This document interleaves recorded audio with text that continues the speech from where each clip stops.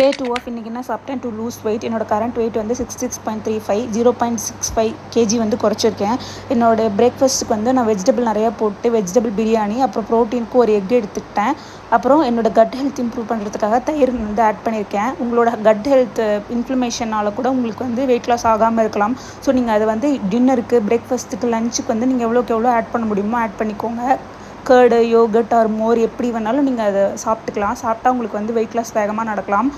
அப்புறம் வந்து எனக்கு சிப்ஸு அது மாதிரி ஏதாவது ஜங்க் ஃபுட் சாப்பிடணும் போலே இருந்தது. ஸோ நான் வந்து லாகின் பண்ணி உட்காந்துட்டு ஃபுல் ஃபோக்கஸ்டாக அதில் ஒர்க் பண்ண ஆரம்பிச்சிட்டேன். அப்புறம் ஸ்கின் கேர்லாம் பண்ணிகிட்டு இருந்தேன்.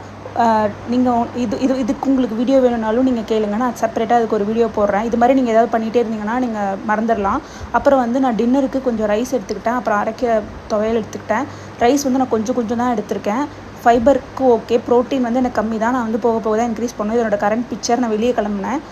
அப்புறம் வந்து தண்ணி வந்து 3 லிட்டர் கண்டிப்பாக வந்து நீங்கள் குடிச்சிக்கோங்க.